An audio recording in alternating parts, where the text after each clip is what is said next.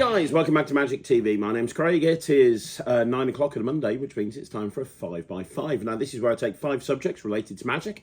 I spend 5 minutes talking about each subject, and then I move on to the next subject. It's always quick, it's always snappy, and you never know what you're going to get. And today, you know exactly what you're going to get, because I'm going to be talking to you about a subject I've never really spoken about before. I'm going to talk to you about stuff that magicians in the magic community, they get really wound up about, but in my opinion, it's something that we should learn to de-stress about. Now, I understand the hypocrisy of saying that I'm telling people to chill out and not stress out about stuff, but this has come as a result of kind of thinking about this stuff a bit more. I'm going to talk about some subjects that in the past I did rants about. And honestly, I don't think it's as much of an issue as I thought it was back in the day. And the reason I'm making this is because obviously, if anybody saw, I did a video a few days ago that I said wasn't going to be a rant, and it turned into a rant. And I was kind of thinking about it over the weekend. And the video that I made was obviously based on someone who, was very, very annoyed with the fact that I control the magic industry and so on and so forth, and we've chatted since then. But the problem is, here's the thing: magicians are constantly going on Facebook, they're constantly going on the Magic Cafe, and they're constantly, and I see it all of the time, talking about how magic is dead, magic is in the worst situation it's ever been in, this art form is in the toilet, and there's a few different reasons for that. You know, I've seen people post in Magicians Only on Facebook about how the magic community is full of old white men and they rule the industry with a iron claw. I've seen people certain creators in various different countries like France talk about how the magic community is dead because there's nothing but terrible creators that just create terrible magic, and that's affecting the community. I've a couple of years ago, Jabrizi made a video about how magic is dead. There's so many different reasons as to why magic is dead. I hear it all of the time. Magic is in the toilet. Magic is in the worst place that it's ever been in. I kind of sat there over the weekend and I was thinking, no, it's not. It's really not. Like, magic's more popular now than ever before. More people are coming into magic than ever before. More people are doing it as a hobby. I know from my business, more people are booking magicians than ever before. Like, the amount of magic gigs that we're booking right now is more than pre-COVID. Like, the amount of people that want magic at their events, at least here in the UK, is astronomically high. Magic's really popular on television. You know, it's now treated with great respect on TV shows like Britain's Got Talent, America's Got Talent, and all of those TV shows are great because you've got people watching magic and then thinking, well, you know what, I want a magician for my event. There's live magic happening all over the place. Like at the moment, there's constantly different shows that I want to see. Like Jack Rhodes is touring at the moment. Matrix in the UK are touring at the moment. There's like 10 or 12 people that are just constantly touring, if not more. Like, magic's in a great place. And I kind of read this stuff and I'm like looking at it saying, magic's dead. Is magic dead? Really? Is magic dead? And, you know, I know when I was going back and forth with that video, a couple of people were saying, well, just because new people are coming into magic, it's not necessarily a good thing because they're secret collectors and they just want to know secrets. But I don't think that's a bad thing either. Like, when I got into magic, I didn't get into it wanting to add to the art form. I didn't get into it wanting to be the greatest magician of all time. Not that I am. I wanted to get into it because I wanted to know how the bloody trick worked that somebody showed me. There's nothing wrong with that. That's how you get into magic. You know, you get into magic because you're interested in how something's done. So new people coming to magic to find secrets out, I don't think that's a bad thing. And then that made me think about back in the day. And I'm very old. I've been in this industry for a very long time. And this has been going on for the longest time. There's always something that people are talking about where magic is dead. I remember so many different scenarios, so many different situations. I remember when VHS tapes, when we first started having VHS tapes teaching people how to do magic through a visual medium. that was magic is dead. Magic is dead. You know, this is going to kill magic. I remember all of the articles back and forth with abracadabra about how magic's going to kill, magic's dead because now you can get videos teaching you how to do magic. And you know, that was a big thing. And I remember when L&L started to bring tricks out, and that was when magic was dead as well. And I remember when there was the Masked Magician, who was on for years. And I know that the Masked Magician thing is a bit of a parody now, but at the time when the Masked Magician show was on and he was giving away tricks and illusions, and then there was the close-up version, he did a show just on close-up magic. Everybody was like, oh, magic's dead. Magic's dead. There's no, you know, people are going to know that magic's not real, and so on and so forth. I can point to so many different points over the course of my term in magic for as long as I've been here, where the community as a whole have talked about how magic is dead. And always the old guard talk about how the young guard are ruining magic. And at the moment, it's about social media.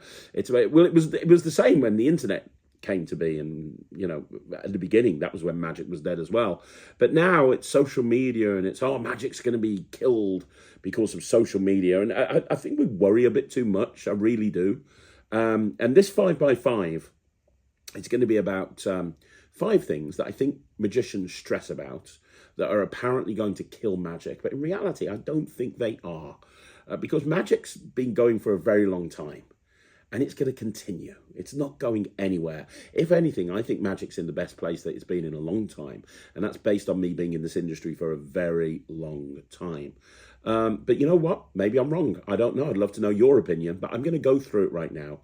5 things that magicians stress about, 5 things that magicians think are going to kill magic, whilst in reality, I don't think it's anything that needs stressing about. Okay, so the first thing I obviously need to talk about, because it's the thing that a lot of people talk about at the moment, is YouTube tutorials. Magic is going to die. This art form is getting crucified because of YouTube tutorials. Because you can go on YouTube and you can search for how a trick's done, and then you will find a tutorial of how that trick's done.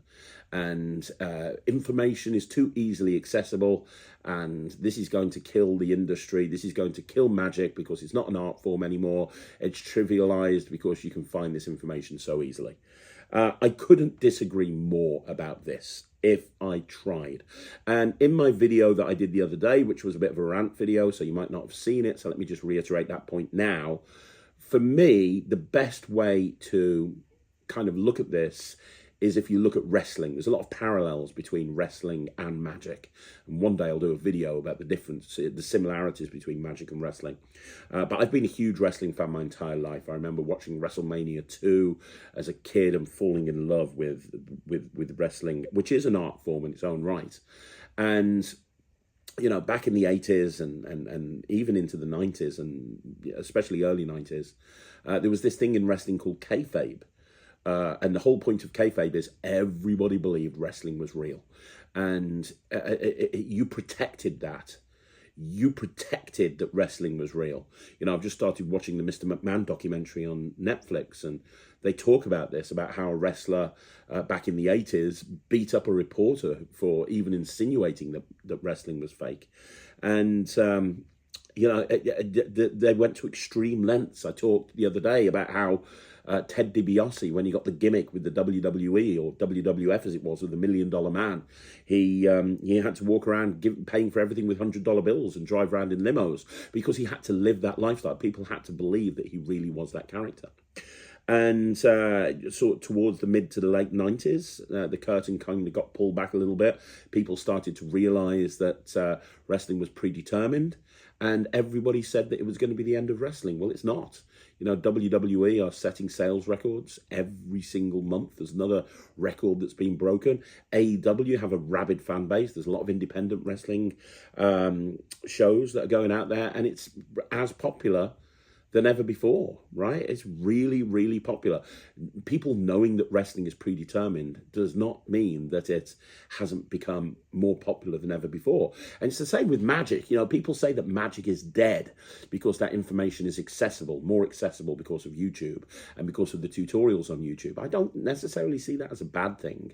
You know, for me, YouTube is a little bit like a library. When I got into magic, I used to go to the library and take books out about magic from the library. Well, YouTube is like the biggest library in the world right now. And people treat YouTube like I used to treat a library. You know, if you need to know how to do something, you go to YouTube. Um, and I think that's fine. You know, I've talked about this in the past about how, you know, as a community, we shouldn't shut the doors. We shouldn't shut the doors. Yeah, they should be closed, but you should be able to push them open if you want to. And I think that if somebody has an interest in magic, and I'm not talking about form content now, I'm talking about long form content. We'll talk about short form content in a minute. I'm talking about long form content, you know, like videos.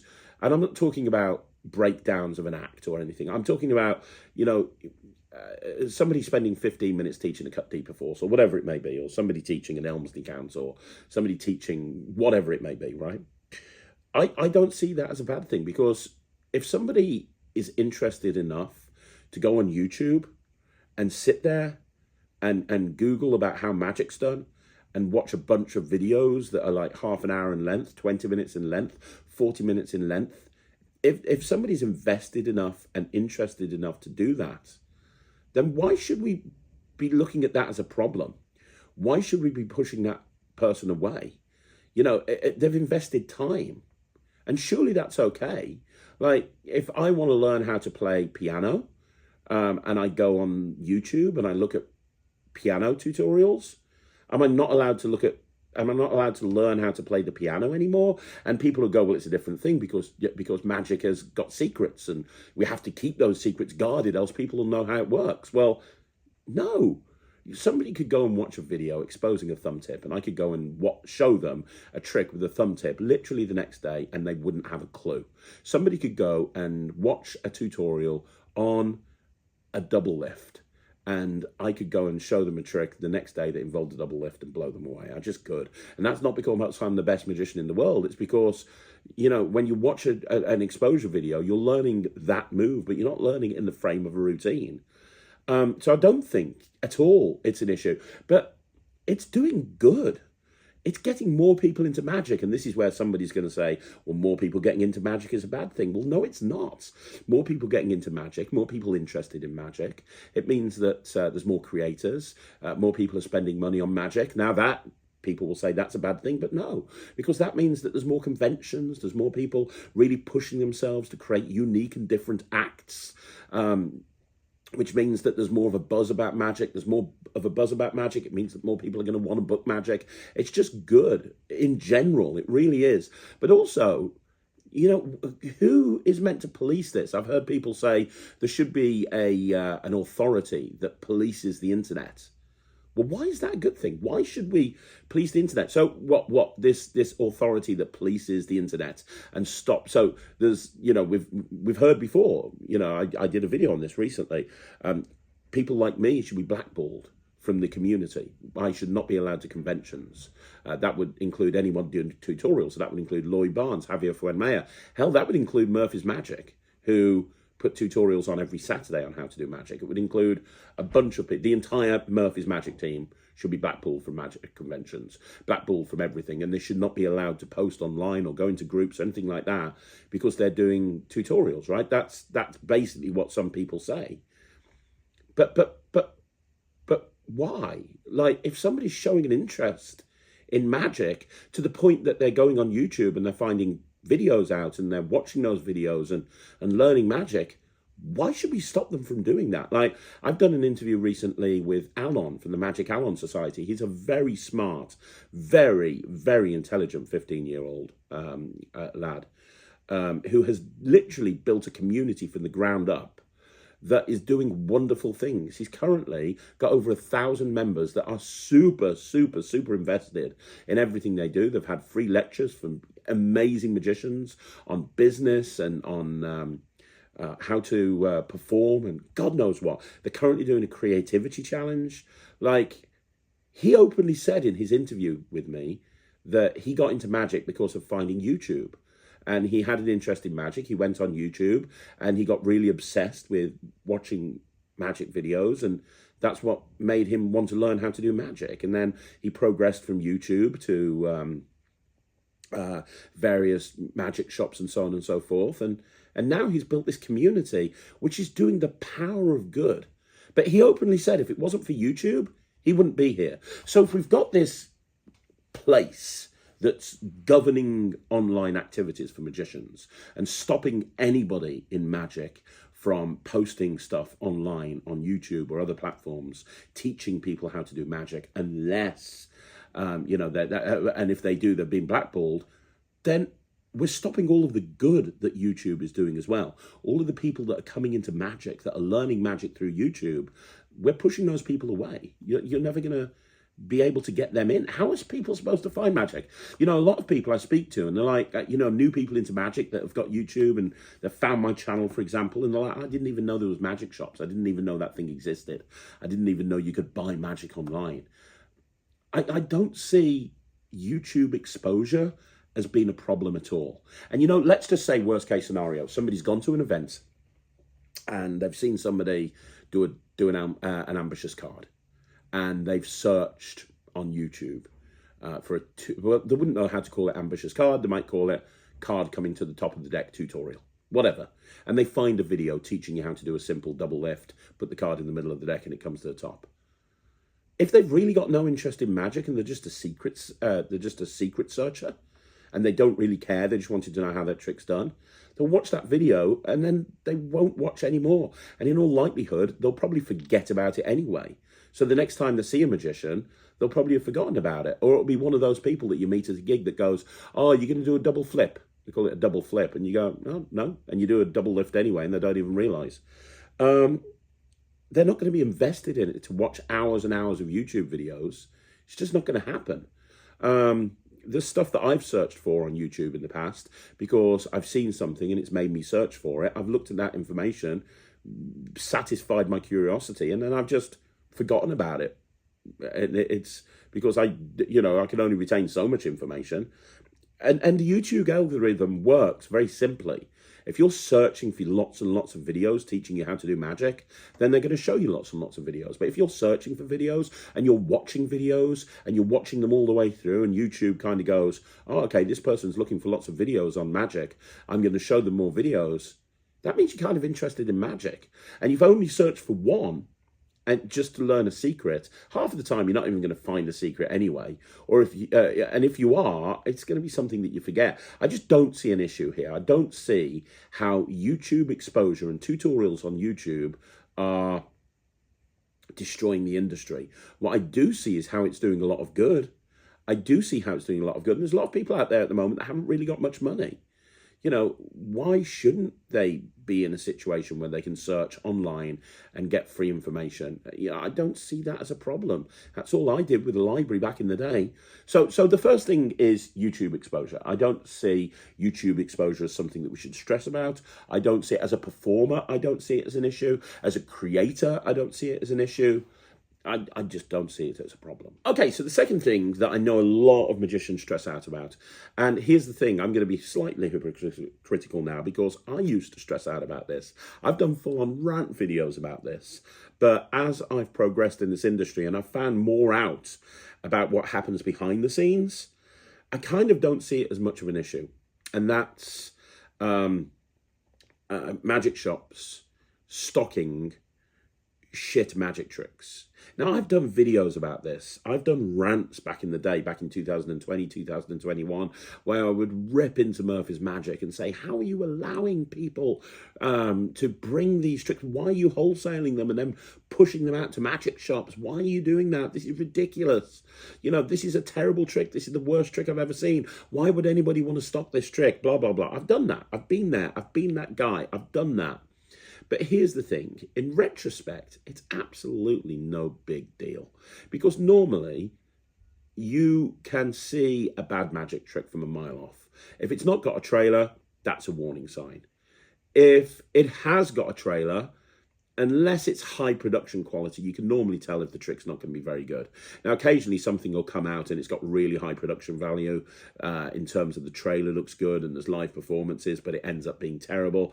That is few and far between, but that can happen. But then you've got reviews. You've got people who are reviewing stuff now more than ever. You get reviews and ideas of what products are like before they've even come out and been released.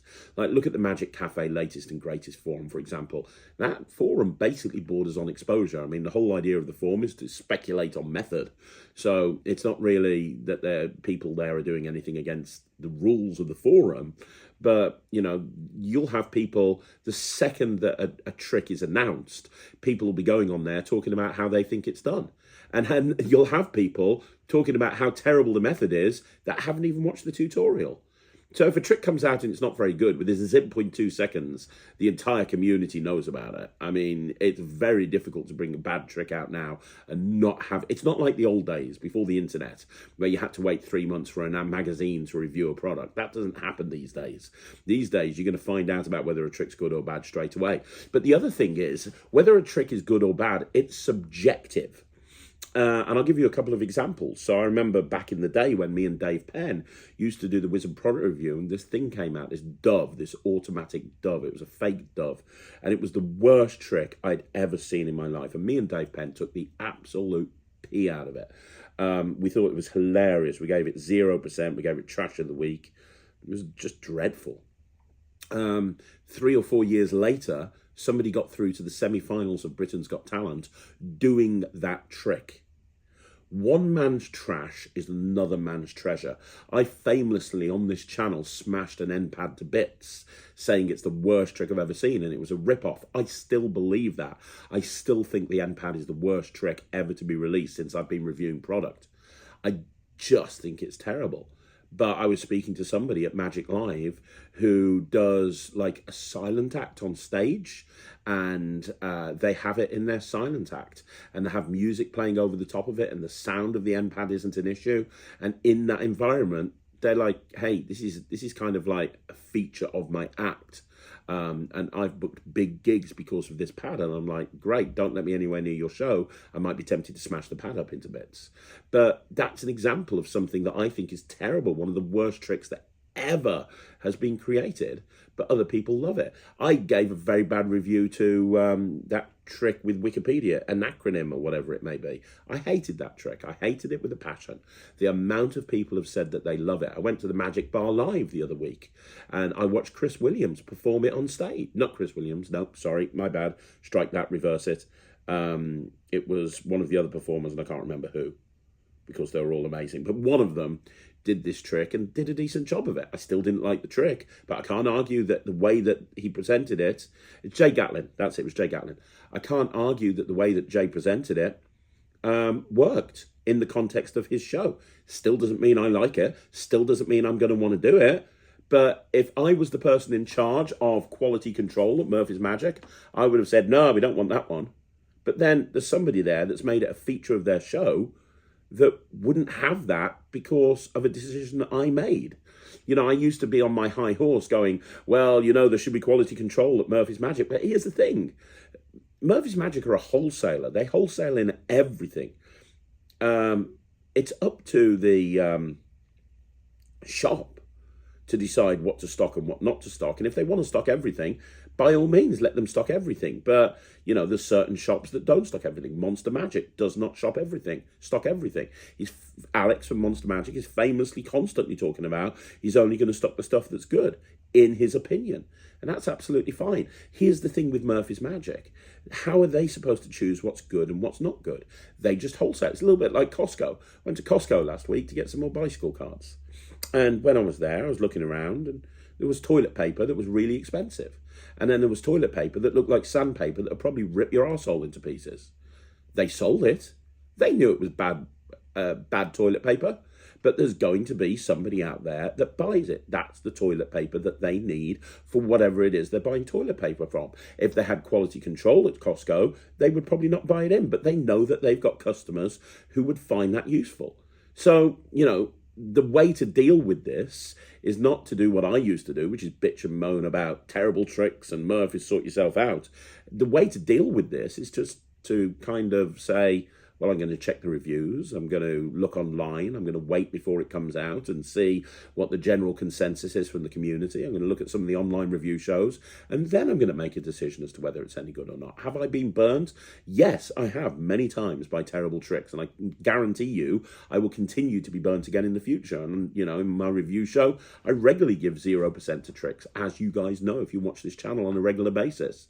But I don't think having bad magic tricks come out is a bad thing, because it's very subjective. And with the way that the industry is set up these days, with how many people review products and how quick the community are to judge tricks that come out, I don't think it's an issue at all. Okay, so the third thing that I think that the community stresses out over, and I don't think they should stress out over it, is too many magic tricks coming out. And again, this is another one that I've talked about. Too many magic tricks coming out. Oh my God, there's so many magic tricks. And I understand that, because back in the day, that wasn't the case. Back in the day, 10 tricks would come out, like, in a month. And that's it. It was very, you had your L&L DVD set that came out that you'd have to buy every couple of months, every 2 or 3 months. And that's, and then there was few and far between. These days, you refresh Penguin's latest and greatest, and there's another 1,000 tricks that come out every day. Penguin themselves bring out more tricks than anybody I know. And then the same with Alakazam, the same with Murphy's. And then you've got all the small production companies. You've got Vanishing Ink. There's so many different places that bring tricks out constantly. And I can imagine it's a bit overwhelming for magic shops to try and keep up with it all. But it's not necessarily a bad thing. Having all of these tricks come out isn't necessarily a bad thing, unless you want to buy everything. If you want to buy everything, that's a serious problem. But if you don't want to buy everything, then you just look for the stuff that what you have to do. But times change, right? That's what we have to accept. Times change. It's the same with every single one of these points. We can argue to a blue in the face about whether YouTube exposure is a good thing or a bad thing, but it's going to happen. We can argue about whether good tricks or bad tricks coming out is a good thing or a bad thing, but it's going to happen. It's the same with this. Thousands of tricks are going to come out on a regular basis. The toothpaste has come out the tube. We can't put that toothpaste back in again.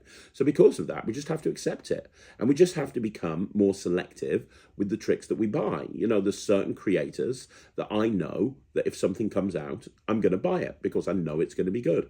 There's other creators that bring stuff out and I'm probably not going to buy it. There's others and I'm going to wait for a review. Pick your creators who you like material from. Take me, for example. I've bought out, I think, 9 things this year. There's some people that love my material and they're going to buy everything I bring out. And for that, I thank you. There's other people that say, hey, I don't like everything Craig brings out. And that's cool. You shouldn't buy everything that every single person brings out. I suppose the key is don't let the hype get to you.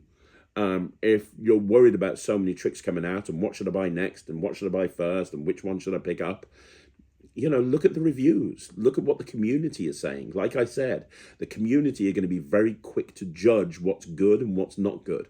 There's going to be tons of review shows that are going to do reviews very, very quickly of the new tricks that are coming out. So you get a chance to see what's good and what's not good. And that's not necessarily a bad thing. I've heard so many people say the magic industry is dying because there's so many tricks that come out these days. It's too commercialized. Well, here's the thing, right? The majority of people that are in magic are hobbyists.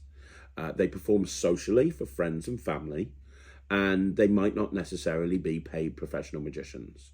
And hobbyists, it's their hobby. Hell, magic's my hobby. I may be a professional, but magic's my hobby. And when something's your hobby, you spend money on it. You enjoy it, right? It's not necessarily a bad thing. Different people that are into magic like different types of tricks. I know that if a coin trick comes out, I'm probably going to buy it because I love coin magic. So it's not necessarily a bad thing. New tricks come out all the time. Lots of new tricks come out all the time. Don't feel like you need to buy everything, but I don't think it's a bad thing. Like I said, more creators, more people coming into the industry. It's a good thing. It really is. And there's such an eclectic range of magic coming out these days, which is good as well. I don't think that's necessarily killing the industry either. But you know what? This is just my opinion. Okay, so I know this is going to be the controversial one, and I know this is the one that a lot of people are going to jump into the comments over, so, we may as well get it out the way. I don't think it's a major problem when you have people putting videos out there and there's some flashes on the video. And I know that there's a guy who, I'm not going to give him any TV time. This person posted in Magicians Only about Ryland and made a big thread about Ryland and about how terrible he is and how terrible I am for letting him put videos up, flashing his tricks, and oh my God. And I'm not going to give him any TV time because honestly, the guy is obviously just jealous. He's just trying to get to me. He's done it in the past. He's trying to get to Ryland. Whatever. He's really unimportant, but it's worth addressing it because it was a long thread, and it's not just Ryland. There's a bunch of other people out there, but the general point that was being made is that Ryland puts a ton of stuff on social media, and not all, but a percentage of his videos, there's going to be a flash in there, and that's terrible, and that's awful, and that's ruining magic, and how can Craig let him do that? Because it's the worst thing to happen to magic, and Ryland is a terrible performer, and he should be made to stop, and God knows what. There was a whole bunch of stuff. And Ryland's his own person, and I considered whether I should let him read that or not, and I did. And he replied, and in a far more professional, mature way than I did. And then he posted another video the other day of a show that he went to do on Saturday night, just gone, where he was performing in front of 800 people. And he did like a 35-minute set. He did his appearing Kane act. He did some cube stuff. He did his flying linking rings. Dancing Kane, I can't remember what else, but he finished with the Harry Potter act, and he put like 6 minutes of the Harry Potter act in, and his point was, hey, I do practice, I do rehearse, and this is what I rehearse, and here's a video of me performing on stage. And the comments on that thread were very, very positive. There's one guy that says, but it's not about performing on stage, it's about your videos that you put online, they're terrible, and blah blah blah blah blah. Here's the thing, right? What you need to understand, and I think some people forget this, Ryland's 11 years old. And this isn't just about Ryland. I'm making it about Ryland because this is what the latest thing is that people were talking about on Magicians Only. So I'm talking about Ryland, but there's a bunch of other kids that people have said this about, and not just kids, but adults as well. But I can talk about Ryland because obviously I know him quite well. And he's 11. You got to remember that. He's just gone into high school. And he's getting to grips with high school. If anybody remembers what it was like going into high school for the first time, it's a lot. And people don't realize, everybody thinks, here's the thing, right? Okay, so a lot of people think they know me. Rodney, who made the video that I referenced earlier on, I said, you don't know me. And he posted and replied back saying, actually, I do know you. Everybody does. And this is what we think about you. Bah, bah, bah, bah, bah, bah, bah, bah. People think they know me because they see me on YouTube. They don't know me, right? You don't know me. You know what I'm allowing you to see, but you don't know me. Some people know me. There's and I had this conversation with Peter Nardi the other day, and he said that he was speaking to somebody who said to him, I've never liked Craig Petty. And then I met him in a convention and I sat down with him for a half an hour and I realized actually I really do like him. He's a really nice guy. And that's the thing, when you see somebody on YouTube or wherever it may be, you think you know them and you don't. And it's the same with Ryland. People think you know Ryland because you see him on the review show and you see him post videos on social media, and so you think you know him. You don't realize that magic's just one thing that he's into. He plays, so he's in, he goes to basketball club 6 times a week. He gets up at 5:30 to do basketball club 3 days a week. Before school, he's got to be at 8:30. He does basketball club twice after school. He's constantly playing basketball. I would say basketball is as a bigger thing to him as magic. Probably don't know that. Because why would you? He doesn't post about basketball all the time. But he probably does basketball as much as he does magic. He's in chess club at school. Probably didn't realize that. He literally will spend an hour every single night playing chess. He's really good. He loves chess. Brilliant. He's into computer games. His mom's just started letting him, now he's almost 12, his mom's letting him play Grand Theft Auto. He loves it. He loves computer games. He's really into football. He loves football. There's a lot of stuff that he's into. Magic is just one of those things. However, magic is his biggest passion. And you don't see how much that kid gigs. He's constantly gigging. So this weekend he's at the House of Secrets. Last weekend he did 2 shows. The following weekend he's at the South Tyneside Convention. He's got his own residency. He's got other gigs. He's gigging constantly, right? And he's getting better every single time. And if you've watched his video on Magicians Only, or you've seen him on America's Got Talent or Britain's Got Talent, you know it's very, very polished. But he's a kid who loves magic. And the other thing about being a kid, right, that I don't think a lot of people realise, and I see it because I'm his dad. He doesn't have anyone to show magic to. He doesn't have anyone to talk to magic with. A lot of people will say to Ryland, oh, I bet you show people magic all the time at school. Well, no, he doesn't actually.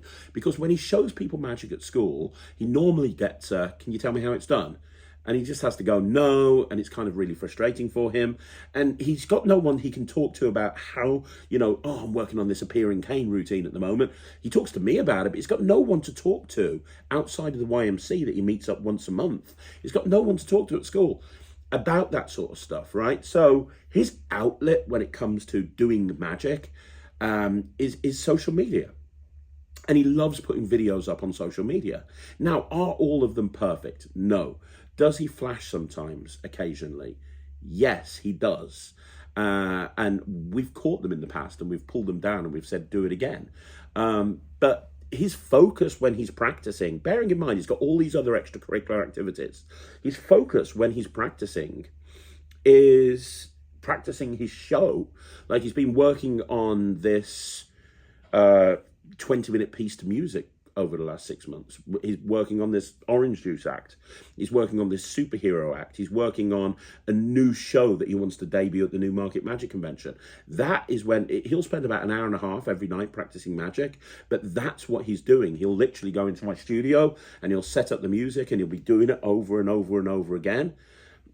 He practices the stuff for social media a lot. He'll sit there and practice it, but he loves stage magic more than close-up magic. And he's got his close-up set. When he goes out and does close-up, he's got his sponge balls, he's got his Rubik's Cubes, he's got his chop cup, he's got his stuff that he does when he does close-up, right? And it's rare for anything to get into that act and change it. But him putting videos up on social media is a way of him like just saying to the world, hey, I've learned this, I think it's really good, I think it's awesome. And he's taken advice on board. Like in the old days, he used to tag in creators and say the name of the trick, and the magic community constantly said, don't do that because that's exposing the trick, which he disagreed with, but I told him to stop it. Fine, he doesn't do that anymore. But I don't think one small flash has a negative impact on the magic community. First of all, he's not doing it on purpose. Second of all, if we do see it, a lot of the time it's taken down and it's changed if he has time to do it. But like, I can't tell you because I manage his email accounts and his mom manages his social media accounts. I can't tell you the amount of messages that he gets on Facebook, Instagram, and email from kids older than him, younger than him, saying that they got into magic because of him. He's got almost 30,000 followers on Facebook. His videos get thousands of views, but a lot of those views are going to be people that have just watched the video. They're all reels, so it's like a 30-second video. They're going to see it and they're going to move on, right? But there's certain people that he's had an impact on. And there's a lot of people that have got into magic because of him. I know that. That's a fact. I see the emails. And I think any time that kids are sharing their passion, it's a good thing. I really do. Is he going to make mistakes? Absolutely. Does that mean that you should post in a Facebook group and publicly shame him? No, I don't think it should. Not one of those people that commented in that post saying how terrible Ryland is. Not one of those people tried to message him or reach out to him or speak to him. He takes practicing seriously. He does regular acting lessons. We've just signed him up for lessons with the Mystery School with Jeff McBride. He takes regular lessons off so many different people, and he's constantly trying. And if you watch the performances of him at a show, you'll see that. And he would never go on stage and do an act if it wasn't 100% polished. Some of his social media videos, yeah, there's a flash in there, but I don't see that as a problem. I don't think that flash is going to then make people go, oh, well, you know, I thought magic was good, but I saw a kid flash on a video, so now I hate magic. You know, but his videos and his presence and seeing how enthusiastic he is about magic does more good than it does bad. And I think he's a great ambassador for magic. Now, obviously, I'm biased.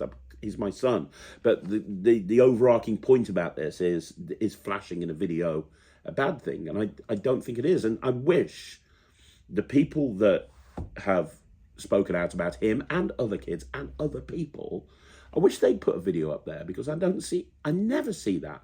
I never see anybody that criticises Ryland, for example. I never see them put a video up. He's got hundreds of videos up.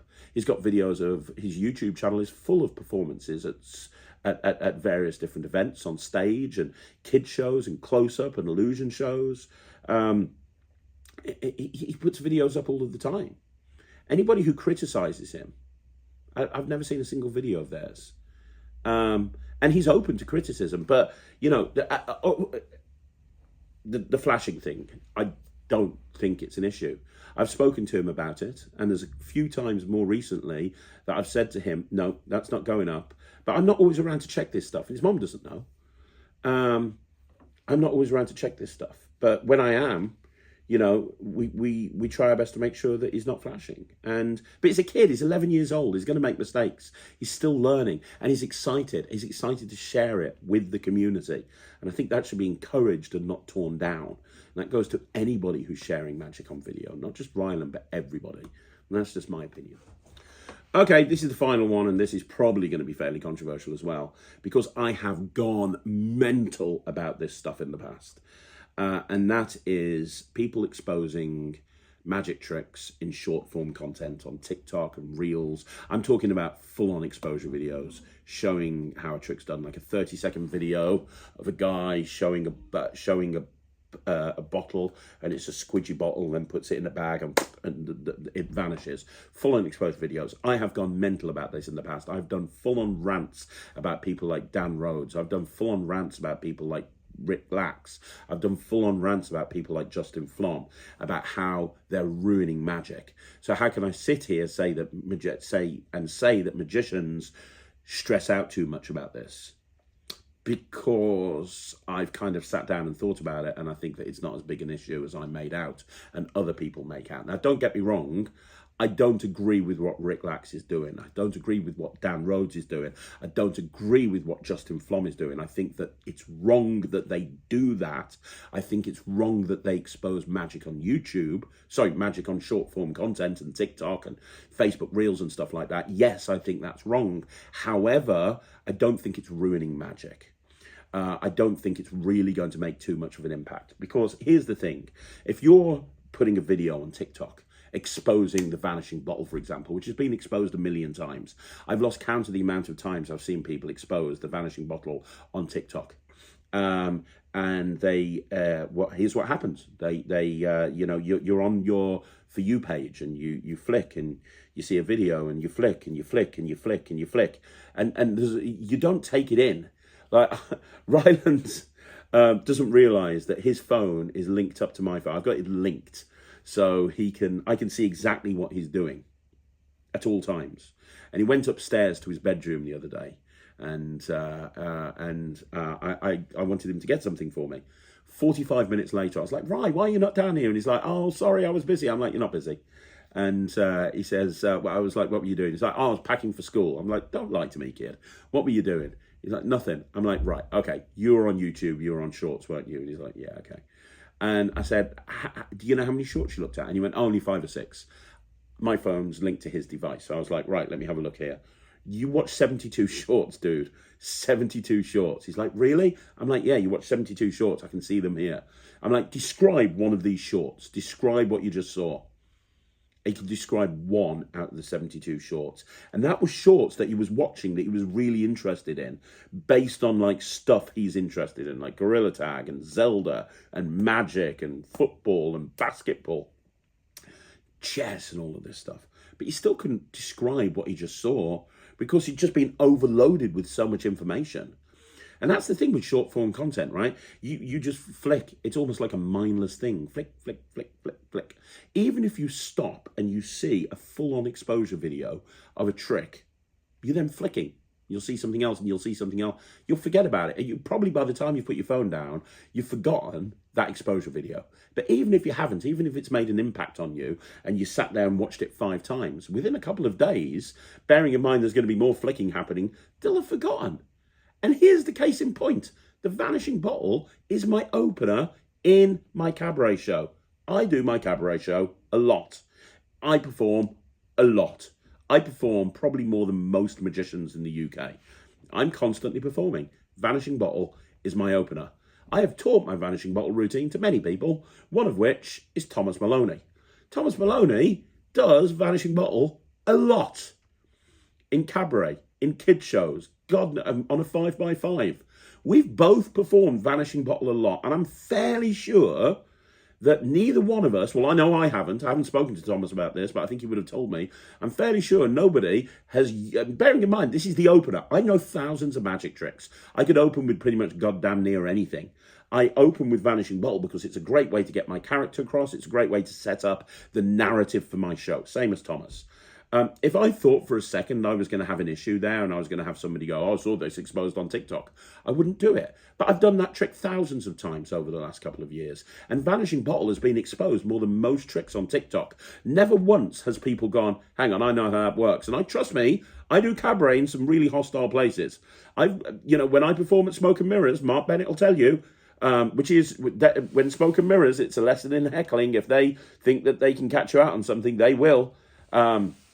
It's got a very comedy club vibe to it. I've never had anyone go, oh, that's a special bottle. Nobody, ever has said that. I work in military bases with squaddies.